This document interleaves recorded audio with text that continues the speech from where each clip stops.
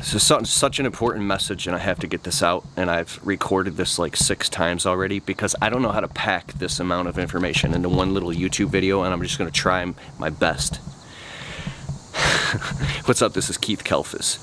I'm a little out of breath because I'm doing the landscaping at my own house right now, and it's hot out here. And so I only have like a minute to share this, but I want to talk about the warrior mentality, but also being humble at the same time. When you're in a batting cage and all 6 of them are turned on at once and they're all firing at you rapidly and they're just beating you down to the ground, that's like the springtime in your business, right? But what happens is you rise up like a soldier to the occasion. And like a movie or a video game or a movie about war where like this little skinny guy goes in, and then after like 2 years of war, it just flashes like 2 years later, and this little skinny twerpy dude that you like weren't even thought he could even do anything, that guy's not scary at all. Now all of a sudden he's got war paint all over his face, and he's got scars on him, and this guy looks like well, not like a psycho, but he looks like a dude you would not want to mess with. Now this dude is bad to the bone. Like it's a transformation that happens when you rise to the occasion and you have the warrior mentality. Like imagine that there's a whole bunch of bricks and you got to pick these bricks up and move them from one pile to another, and you're like, you're resisting it and you're moving each brick and you're like, like whining, and then now you switch to the warrior mentality. You don't even think thoughts like that. This is something that must be done, and any amount of whining or complaining to yourself or telling yourself victim stories at all doesn't even equate. Complete waste of energy. Get it done. Period. Nobody else cares. Nobody cares. You get what I'm saying? Well, something can happen, and I'm going to talk about being humble, is it's like almost like a possession that comes over you, where now you overdo it. And I'll explain this. I'll give you an example. I worked at one of the biggest landscaping companies in Michigan before I started my own landscaping business a long time ago. And the boss that I had, he was a Marine Corps sergeant before this job he had running this division, and this dude will break you down. He broke me down to the point of tears. But it was the best thing that ever happened to me, and I want to thank this person 1,000,000 times for what he did for my life. One time, I'm running a crew, and this huge property, it's like a condo complex, and I gotta trim all the shrubs and pull all the weeds in 2 days. I'm like totally discouraged. There's no way I can do this.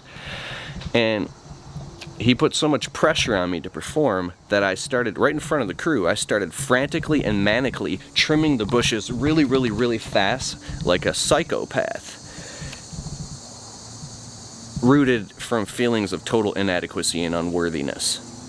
Like, I was the type of person who, and you might be as well, that would literally work yourself to death just to prove that you are good enough, right? You'll work yourself to death. Well, you can have this warrior mentality to the point where you overdo it. Now you're manic. You're speeding in traffic. You're rushing on job sites. You're becoming disrespectful and you're not even aware of it. You're trampling over other people and not even realizing that you might be hurting their feelings. And you become what other people can perceive as not being humble. So, one day after work, I would seek the coaching and mentorship of this Marine Corps sergeant, and I would walk up to him after all the crews would, dispatch and return back to the shop, and everybody's punching out and leaving, and I would go seek him out, and I'd be like, dude just towered over me. This guy was awesome, man. And I would look for advice on how to run my crew better, how to be more efficient. And I would say, how come I'm working myself to death and we're out there killing ourselves, yet I can't figure out how to keep the trailer organized at the same time? How come I can't get these projects done more efficiently and things like that? But one time, he said something to me, and I won't repeat it.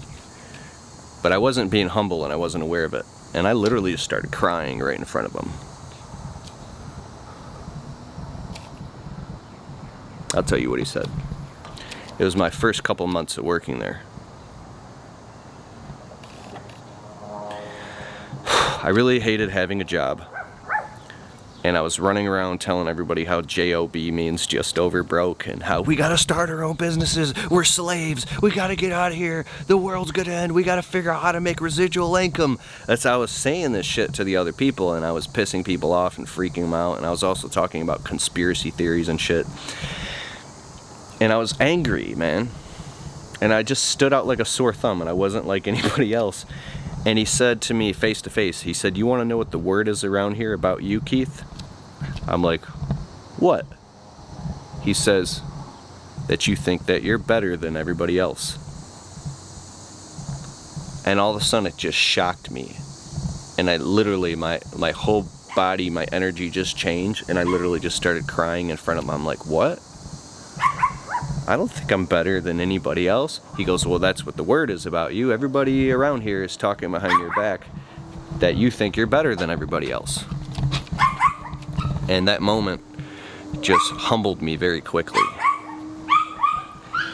And he said something to me. Man, my dogs are barking and I gotta go get in my truck.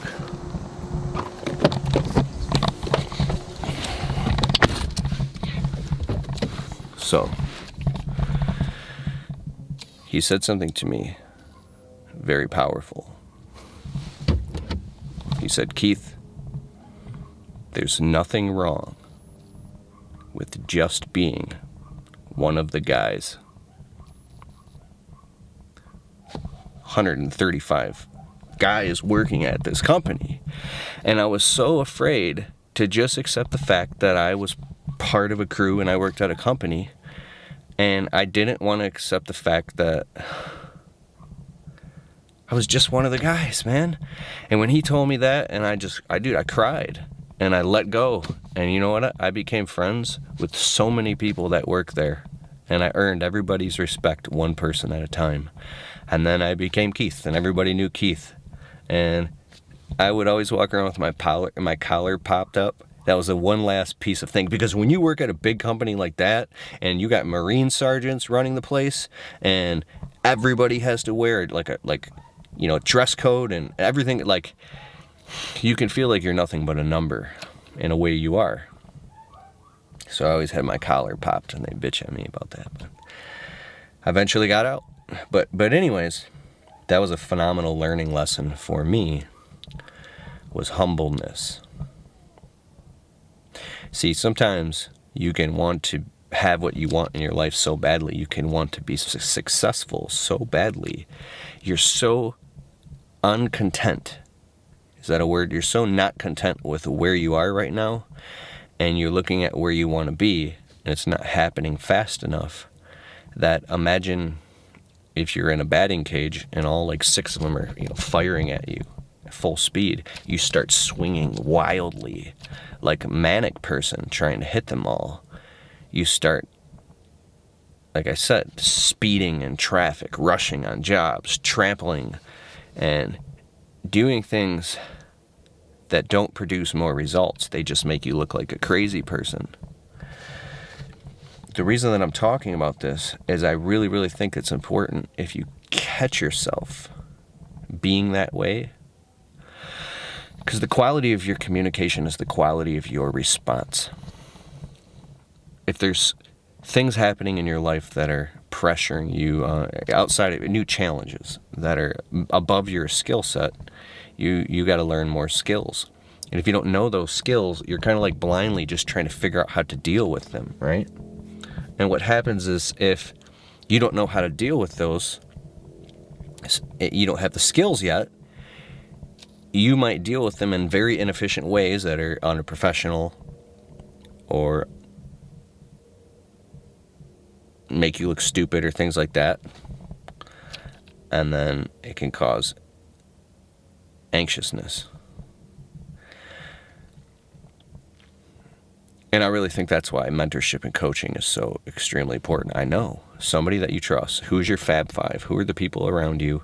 Do you have 5 people in your life or at least one or two that have been through all this stuff before, that are more successful than you. And I don't just mean money and business. I mean with yourself, with navigating your interior space, right? Because if you can navigate your interior space and develop frameworks and understand your own self and become more aware and conscious of your unconsciousness, then that's how you can develop more on the outside of your life as well. I really think that I'm a late bloomer in my life, and I get mad at myself and feel like I should be way more successful than I am right now, and I get really upset with myself sometimes because I have so much crap to figure out up here. A lot of things to iron out and work out, going all the way back to when I was a little kid. And you can even get angry at that, like you feel like you've been lied to your whole life. If you grew up around all 9-to-5ers and people that worked at jobs and told you that it's silly to want to be successful or have your own business or all types of crap, then it'll take a long time to unravel all that stuff. So who do you have in your life that are mentors and people you can bounce your ideas off of back and forth, that can coach you through the minefield? What the hell? My power went out. Oh, the neighbors. Okay. There must be, I think there's storms rolling and the power went out in our neighborhood, so everybody only has half power. My neighbors are walking around outside. It's weird. But, so over the past week, I've noticed myself acting manic. Posting crazy funny stuff on Instagram, but going overboard, and I stepped back. I have people that I counsel with spiritually, and I noticed that when you get so ambitious to the point where you get overly ambitious, you need to step back a little bit. You can think you're on the cusp of a breakthrough, but you have to have discernment. Are you on the cusp of a breakdown or on the cusp of a breakthrough? Is your ambition so much that it's becoming counterproductive? Or is your ambition finely tuned? It has to be tuned to the point where it just keeps chipping away and it's productive. And I noticed over the past week, just like with the shrubs, I start trimming so fast or swinging wildly to the point where it's counterproductive. And when people tell you you need to slow down, take a break, just stop, like, fuck you, I'm not taking a break, I need to go faster. I used to repeat to myself over and over and over, I need to work harder, I need to get up earlier, I need to work more hours, I need to sleep less, I need to work Sundays, I need to do more. And then your adrenaline starts pumping, and you're just you're willing to, dude,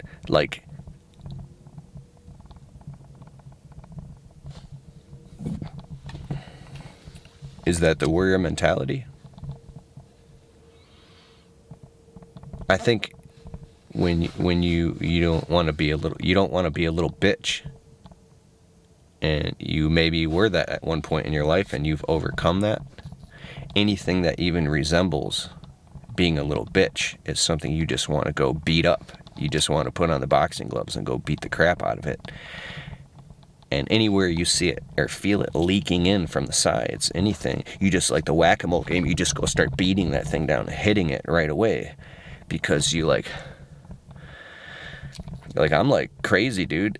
When I go to pay my bills every single week, and your bills are only due once a month, I'm literally logging in every week, and waiting for that payment to be due. And as soon as the payment is even due, I pay it right away.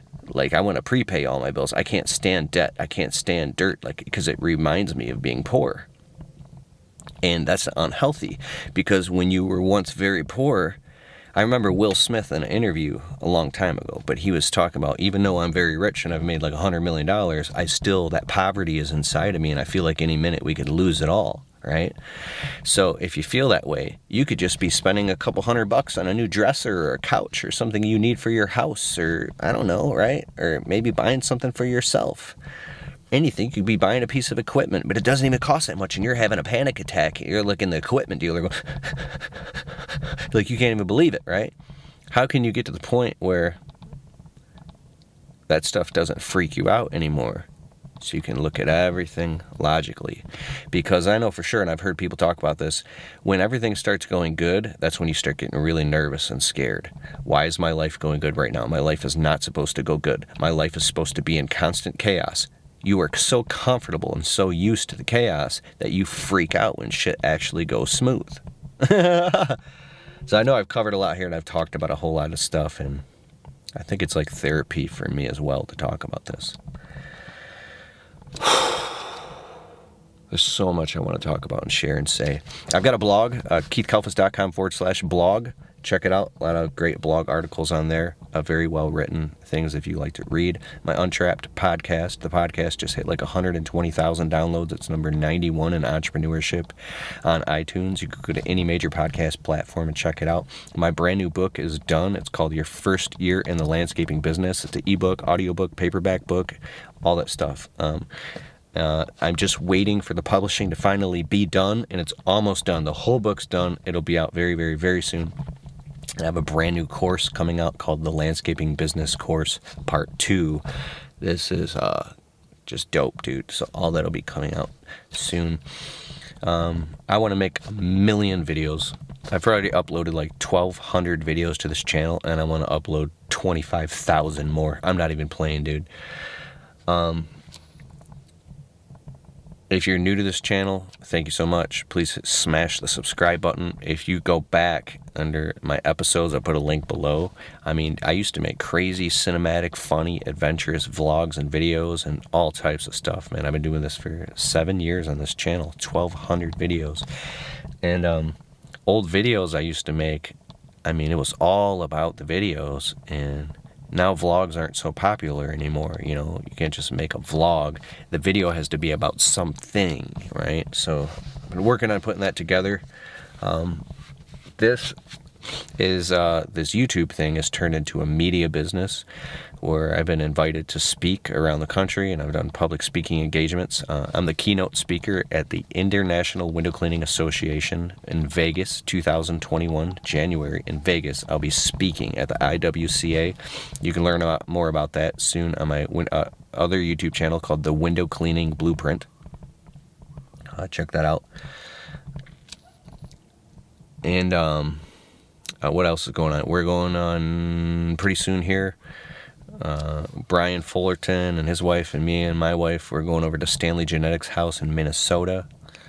We're going to hang out with him and shoot some videos. I'm going to try to meet up with Chance Daily Hustle while we're out there and shoot a video with him because he lives in Minnesota.